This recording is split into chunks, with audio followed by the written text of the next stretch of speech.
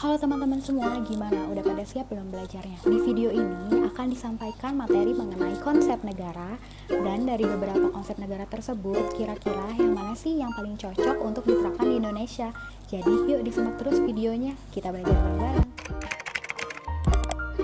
Dilansir dari website dosenpendidikan.co.id, negara hukum adalah negara yang berdiri di atas hukum yang menjamin keadilan kepada warga negaranya, yang mana keadilan tersebut merupakan syarat bagi tercapainya kebahagiaan hidup untuk warga negara.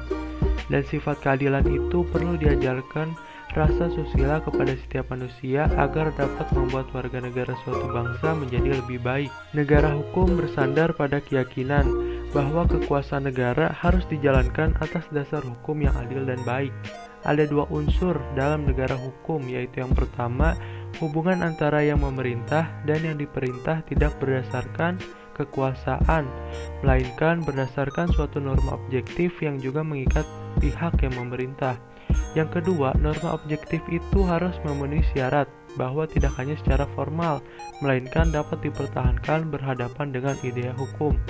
Hukum menjadi landasan tindakan setiap negara. Ada 4 alasan mengapa negara menyelenggarakan dan menjalankan tugasnya berdasarkan hukum.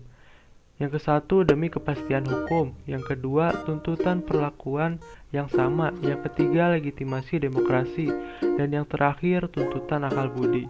Negara hukum berarti alat-alat negara yang mempergunakan kekuasaannya hanya sejauh berdasarkan hukum yang berlaku dan dengan cara yang ditentukan dalam hukum itu. Dalam negara hukum, tujuan suatu perkara adalah agar dijatuhi putusan sesuai dengan kebenaran. Tujuan suatu perkara adalah untuk memastikan kebenaran, maka semua pihak berhak atas pembelaan atau bantuan hukum. Negara hukum menurut Aristoteles. Aristoteles merumuskan negara hukum adalah negara yang berdiri di atas hukum yang menjamin keadilan kepada warga negaranya. Keadilan merupakan syarat bagi tercapainya kebahagiaan hidup untuk warga negara, dan sebagai daripada keadilan itu perlu diajarkan rasa susila kepada setiap manusia agar ia menjadi warga negara yang baik. Peraturan yang sebenarnya menurut Aristoteles ialah peraturan yang mencerminkan keadilan bagi pergaulan antar warga negaranya. Maka menurutnya, yang memerintah negara bukanlah manusia, melainkan pikiran yang adil. Penguasa hanyalah pemegang hukum dan keseimbangan saja. Deutsche Publizisten-Schule, atau kita bisa sebut sebagai aliran hukum publik Jerman, dipelopori oleh Paul Laban dan von Gerber. Mazhab ini memposisikan hukum publik sebagai ilmu pengetahuan yang berdiri sendiri. Implikasi dari munculnya aliran hukum publik Jerman adalah ketika masyarakat mulai menyadari bahwa dalam ilmu hukum perlu mengadakan pemisahan antara hukum publik dan hukum perdata. Oleh karena itu, aliran mazhab hukum publik Jerman berusaha untuk mengembangkan teori hukum publik yang belum tersusun secara baik dan teratur seperti hukum perdata. Beberapa poin penting hukum publik Jerman adalah: yang pertama, sangat didukung oleh pemikiran teori kontrak sosial yang dikemukakan oleh Hobbes, Locke, dan Rousseau, serta trias politika dari Montesquieu. Yang kedua, hukum publik Jerman menggambarkan negara sebagai kehendak dan kemampuan memaksa dari golongan penguasa untuk mencapai tujuan tertentu. Sejarah konsep negara hukum tidak lepas dari konsep dalam sistem Eropa kontinental yang diperkenalkan pertama kali dalam buku Rudolf von Mises dan dikembangkan kembali oleh beberapa ahli dengan istilah Rechtsstaat. Rechtsstaat ini dibagi menjadi dua jenis, yaitu formil atau negara penjaga malam dan material yang sesuai dengan konsep welfare state. Negara hukum klasik atau liberal, atau yang bisa disebut juga sebagai negara penjaga malam ini, menjamin kedudukan hukum dari individu dalam masyarakat sendiri, sebagaimana disebutkan oleh Immanuel Kant. Hukum ini diartikan sebagai perundang-undangan saja atau merupakan aliran positivisme. Tujuannya memiliki kepastian hukum atau ketertiban terbatasan negara yang ikut campur dalam urusan masyarakat. Untuk dapat disebut sebagai negara hukum, menurut Immanuel Kant harus memenuhi dua syarat pokok, yaitu adanya perlindungan hak asasi manusia dan adanya pemisahan kekuasaan. Namun, konsep tersebut dianggap gagal karena terbatasan negara untuk ikut serta dalam urusan masyarakat menimbulkan kesengsaraan terhadap masyarakatnya sendiri. Sebagai gantinya, dibentuklah konsep negara hukum material yang merupakan perkembangan lebih lanjut dari konsep negara hukum formil.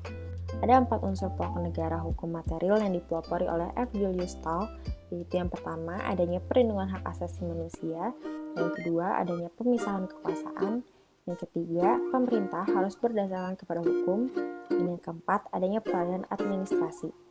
Dalam mencampur urusan rakyat, pemerintah dibatasi oleh undang-undang.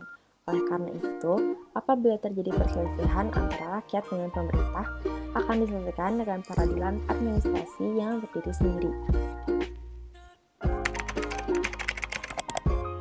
Rule of law merupakan istilah hukum yang dikembangkan dalam sistem Anglo-Saxon dan Anglo-Amerika yang dipelopori oleh AVDC, yang diartikan sebagai aturan hukum atau pemerintahan hukum atau government of judiciary. Konsep ini menempatkan hukum sebagai pemimpin dalam negara, bukan orang atau kumpulan orang. Konsep ini juga meninggalkan konsep hukum dan pengadilan tunduk pada kekuasaan raja dan menempatkan konstitusi sebagai penjamin hak-hak individu dalam penyelenggaraan negara. Sebagaimana lazimnya dalam sistem Anglo-Saxon, hukum adalah konstitusi, hukum kebiasaan, putusan pengadilan, dan keputusan-keputusan parlemen. Menurut AVDC, ada 3 ciri penting dalam setiap negara yang menganut rule of law. Negara kesejahteraan atau welfare state merupakan negara yang memiliki tujuan untuk mensejahterakan rakyatnya, dan untuk mewujudkan kesejahteraan rakyat maka perlu didasari oleh 5 pilar kenegaraan, yaitu demokrasi, penegakan hukum, perlindungan hak asasi manusia, anti-diskriminasi, dan juga keadilan sosial.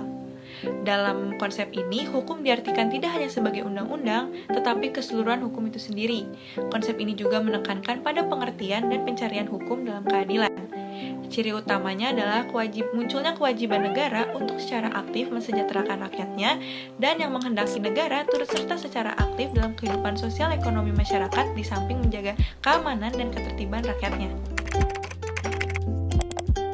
Negara Indonesia sebagai negara hukum dinyatakan dalam UUD tahun 1945 pasal 1 ayat ketiga yang berbunyi, negara Indonesia adalah negara hukum.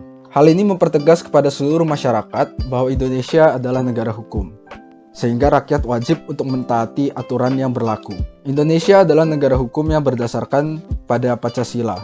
Sumber hukum Indonesia adalah pandangan hidup, kesadaran, dan cita-cita hukum, serta cita-cita moral yang meliputi suasana kejiwaan serta watak bangsa Indonesia. Konsep negara hukum Pancasila artinya suatu sistem hukum yang didirikan berdasarkan asas-asas dan kaidah atau norma-norma yang terkandung atau tercermin dari nilai yang ada dalam Pancasila sebagai dasar kehidupan bermasyarakat. NKRI sebagai negara hukum yang berdasarkan pada Pancasila mempunyai maksud dan tujuan tertentu, yaitu bertujuan untuk mewujudkan tata kehidupan negara yang aman, tentram, sejahtera, dan tertib, di mana kedudukan hukum setiap warga negaranya dijamin sehingga bisa tercapainya sebuah keserasian, keseimbangan, dan keselarasan antara kepentingan perorangan maupun kepentingan kelompok atau masyarakat. Indonesia juga menggunakan konsep Rechtsstaat, artinya semua yang dilakukan oleh rakyat tergantung pada bagaimana bunyi atau teks ketentuan hukumnya dalam pasal-pasal yang telah ada. Supremasi hukum di Indonesia menurut konsep Rechtsstaat adalah menempatkan negara sebagai subjek sebuah hukum, sehingga konsekuensi hukum dapat dituntut di sebuah pengadilan. Karena dipandang sebagai subjek hukum, maka siapapun yang melanggar hukum tersebut atau bersalah dapat dituntut di depan pengadilan. Di dalam negara hukum, setiap aspek tindakan pemerintah, baik dalam lapangan pengaturan maupun pelayanan, harus dengan sangat didasarkan pada peraturan perundang-undangan. Artinya, pemerintah tidak dapat melakukan tindakan sewenang-wenang. Akhirnya, selesai sudah penyampaian materi mengenai konsep negara dari kelompok 5 ilmu negara. Terima kasih atas perhatiannya ya teman-teman. Mohon maaf apabila ada ketidakjelasan dalam penyampaian video. Terima kasih dan selamat berlibur.